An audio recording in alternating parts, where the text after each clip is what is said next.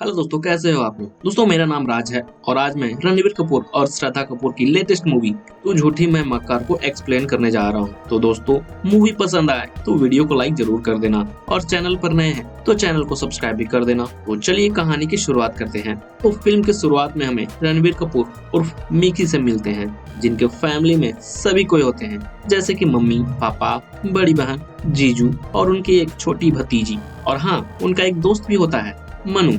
वैसे मिकी के पिता एक बिजनेसमैन है और उनके घर में सब कुछ है, यहाँ तक कि पैसों की भी कोई कमी नहीं है। बट फिर भी अपने शौक के लिए मिकी और उसके दोस्त एक अलग से काम करते हैं, कपल्स के बीच में ब्रेकअप करवाने का। और ब्रेकअप भी बहुत ही सफाई से करवाते हैं ताकि उस ब्रेकअप से कोई हर्ट ना हो, बस हालात को दोष दिया जाए। हाँ, ये सिर्फ ब्रेकअप करवाते हैं, किसी का डाइवोर्स नहीं। अगले सीन में देखते हैं कि मिकी सर अपने कंपनी में लॉस दिखाते हैं, क्योंकि पिछले 3 सालों से उन्होंने टैक्स नहीं भरा था, इसलिए उन्हें मेकअप करने के लिए उन्हें कंपनी को लॉस दिखानी पड़ी थी। लेकिन डिम्पल मैम उर्फ मिकी की मॉम बोलती हैं कि हम लोग कोई लॉस नहीं दिखाएंगे, पेनाल्टी जितनी भी होगी भरा जाएगा, पर लॉस नहीं दिखाया जाएगा, ताकि सभी को ये ना लगे कि टैक्स बचाने के लिए कंपनी को लॉस में दिखाया गया है। खैर, आगे देखते हैं कि जब मनु और मिकी ऑफिस में होते हैं तभी उन्हें फोन आता है और पता चलता है कि मनु की फियांसी यानी किंची, उनके बाबा का डेथ हो चुका है, इसलिए दोनों वहां जाते हैं। और अब मनु यहाँ अपने दोस्त यानी मिकी को बताता है कि उसे अभी शादी नहीं करनी है, इसलिए वो कुछ भी करके शादी को तुड़वा दे, जिसके लिए मनु अपने दोस्त के ही अकाउंट में यानी मिकी के अकाउंट में 2 लाख रुपए ट्रांसफर भी कर देता है। अब आगे देखते हैं कि मिकी और मनु दोनों हॉलीडे एंजॉय करने बाहर जाते हैं, जहाँ किंची भी साथ में जाती है। जाते वक्त किंची अपने फ्रेंड को कॉल कर बुलाती है, पर वो उसके फ्रेंड नहीं आती, इसलिए किंची दोनों के साथ अकेले ही चली जाती है। बाद में जब दोनों एक बैचलर पार्टी में जाते हैं, तभी वहाँ मिकी की मुलाकात श्रद्धा कपूर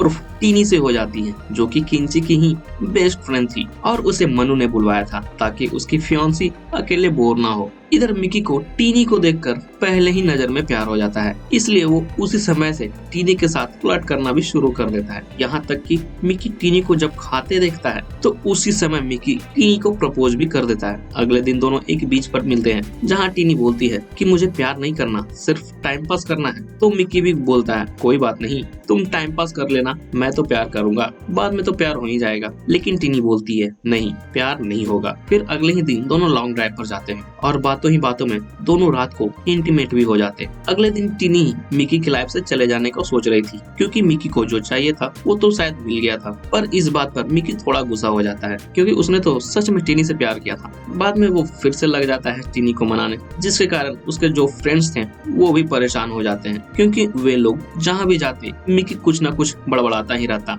बाद में टीनी भी ये बोलकर एक्सेप्ट कर लेती है कि कभी जाओगे तो नहीं ना मुझे छोड़कर, जिस पर मिकी बोलता है मम्मी कसम जाएगी तो तू छोड़कर। बस फिर क्या था, अगले दिन मिकी टीनी को अपने फैमिली से मिलाने ले आता है, जहाँ सभी उसका अच्छे से स्वागत करते हैं, अच्छे से रखते हैं। यहाँ तक कि उस दिन टीनी अपने मन से कुर्ता पहन कर आई थी, पर मिकी के मॉम और दीदी दोनों यही ब्लेम लगाते हैं कि मिकी ने ही कुछ बोला होगा तभी वो कुर्ता पहन कर आई थी। पर मिकी बेचारा बोल बोल कर थक जाता है, मैंने उसे कुछ नहीं बोला, उसने खुद पहना है। आगे देखते हैं कि फाइनली अब मनु की शादी हो जाती है, जबकि मनु नहीं चाहता था, और ये सब हुआ था मिकी के कारण, क्योंकि वो टीनी को इम्प्रेस करने के चक्कर में मनु पर ध्यान ही देना छोड़ दिया था, जिस कारण मनु थोड़ा मिकी से अपसेट भी था। खैर, अब वो कर भी क्या सकता था, क्योंकि अब तो शादी भी हो रही थी। थोड़ी देर बाद वहाँ पर शादी में टीनी की फैमिली भी आ जाती है, जहाँ पता चलता है कि टीनी ने अभी तक अपने फैमिली को अपने बारे में कुछ नहीं बताया था। लेकिन ये आसान टीनी के लिए मिकी की मॉम कर देती है, वो डायरेक्ट ही जाकर टीनी के फैमिली को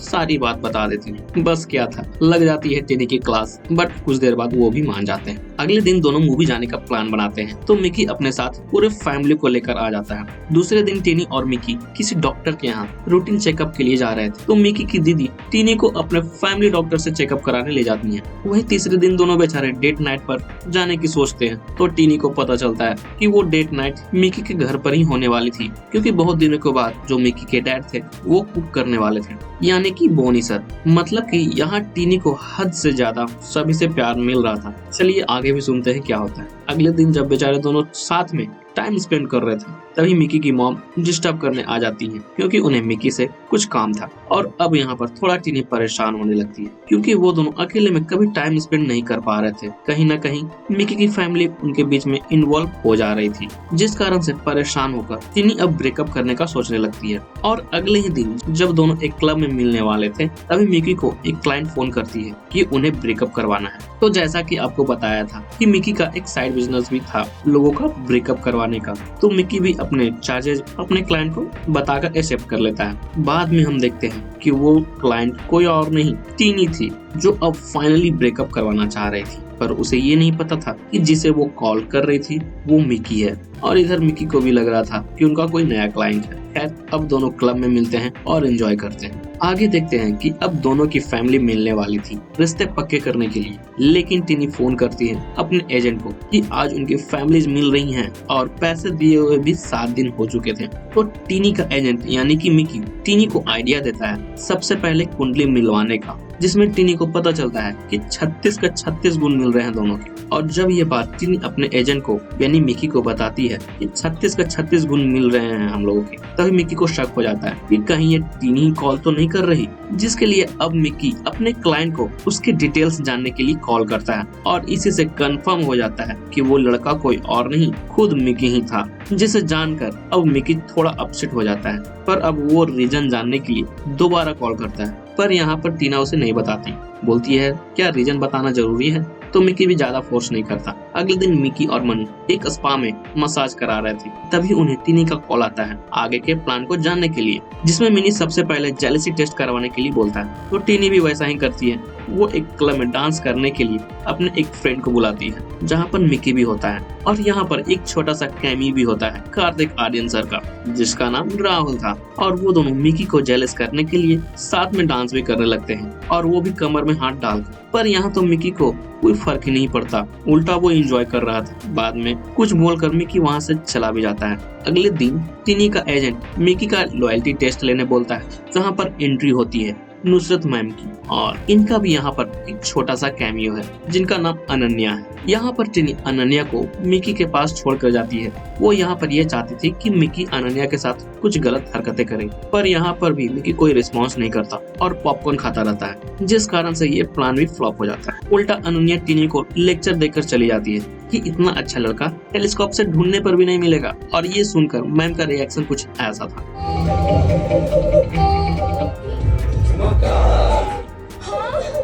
खैर, अब मिकी को ये खाया जा रहा था कि क्यों टीनी मिकी के साथ नहीं रहना चाह रही थी, क्योंकि प्यार तो वो जरूर करती थी। और तो और जिस एजेंट को वो जानती तक नहीं थी अच्छे से, उस एजेंट को अपनी सारी बात शेयर कर रही थी, साथ ही साथ दोनों के बीच हुए पर्सनल बातों को भी।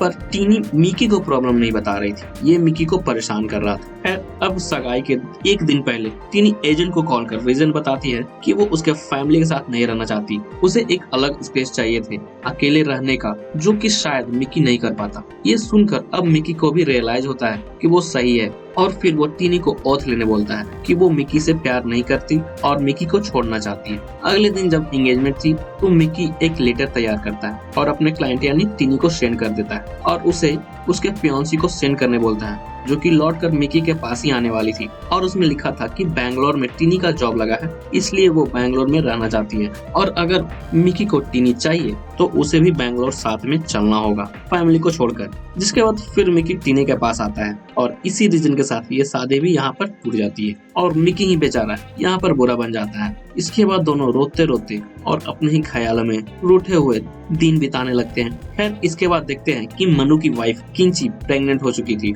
और उसकी गोद भराई होने वाली थी, जहाँ फिर से टीनी और मिकी एक दूसरे से मिलने वाले थे। इसे जानने के बाद दोनों कोशिश करते हैं पार्टी को अवॉइड करने के लिए, पर दोनों के जो फ्रेंड्स थे वो नहीं मान रहे थे, इसलिए आखिरकार दोनों को गोद भराई की रस्म में आना ही पड़ता है। और जब मिकी और टीनी एक दूसरे से मिलते हैं तो मिकी को पता चलता है कि अब टीनी लंदन जा रही है 2 दिनों बाद। इधर जब मनु की वाइफ की गोद भराई हो रही थी, तभी डांस करते वक्त टीनी का पैर फिसल जाता है और वो गिर जाती है, जिस कारण उसके पैरों में मोच आ जाती है। और ऐसी हालात को देखते हुए मिकी की फैमिली टिनी के पास ही रुक जाने का फैसला करती है। रात में जब टिनी सो रही थी तभी वहाँ पर स्वीटू भी सो रही थी, जो मिकी की भतीजी थी। स्वीटू और टिनी आपस में कुछ बात कर रहे थे। तभी स्वीटू ओथ लेने के लिए बोलती है कि मैं टिनी ये वो वगैरह वगैरह। जिसे सुनते ही टिनी को शक होता है, तो वो स्वीटू से पूछती है तुमने ये कहाँ से सीखा। तो स्वीटू बता देती है कि मामा से। ये जानते ही वो कंफर्म हो जाती है कि जो उनके बीच में ब्रेकअप करवाने वाला एजेंट था वो कोई और नहीं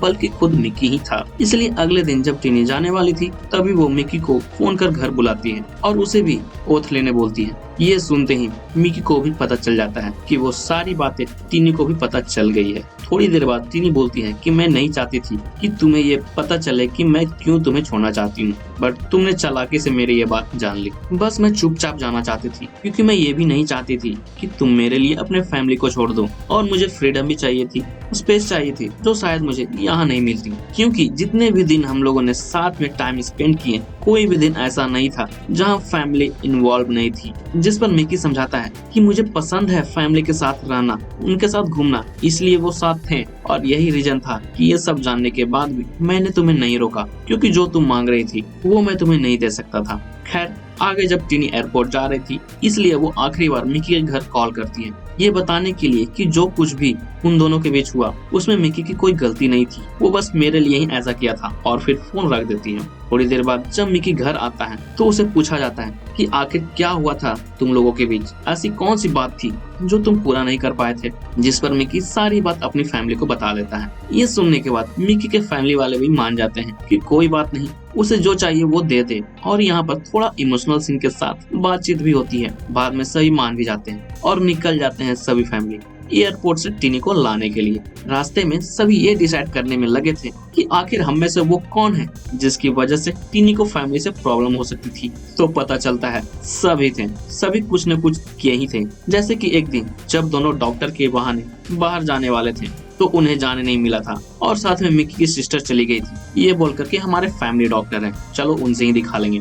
और दूसरी प्रॉब्लम ये थी कि एक दिन रात को जब दोनों डिनर का प्लान बनाते हैं तो अचानक से मिकी के पिता के अंदर का शेफ जाग जाता है और वो बुला लेते हैं दोनों को घर पर ही डिनर करने के लिए। और सबसे इम्पोर्टेंट बात, जब रात में दोनों इंटीमेट होने की कोशिश कर रहे थे तभी उनकी मॉम मिकी को कुछ काम दे देती है। खैर, इस तरह की कुछ और भी बातें करते हुए मिकी की फैमिली एयरपोर्ट पहुंच जाती है। एयरपोर्ट पहुंचते ही सबसे पहले मिकी जोरों से टिनी का नाम लेकर चिल्लाता है, लेकिन टिनी अंदर जा चुकी थी। बाद में अंदर जाकर सभी फैमिली मिलकर एक साथ टिनी का नाम चिल्लाती है और इस बार टिनी सुन लेती है और वो ये सुनकर वापस आ जाती है। बाद में सभी उसे रुक जाने के लिए पोलाइटली रिक्वेस्ट भी करते हैं, जिसे देखकर फाइनली टिनी रुक जाती है और फिर फाइनली दोनों की शादी हो जाती है और एक हैप्पी फैमिली के साथ मूवी भी खत्म हो जाती है। जाते जाते हम ये भी देखते हैं कि अब टिनी भी प्रेग्नेंट हो चुकी थी और सभी बच्चे के लिए परेशान भी हो रहे थे। तो दोस्तों, ये थी पूरी मूवी की स्टोरी, जिसे मैंने जहाँ तक हो सका आप लोगों के लिए स्टोरी को आसान बनाने की कोशिश की।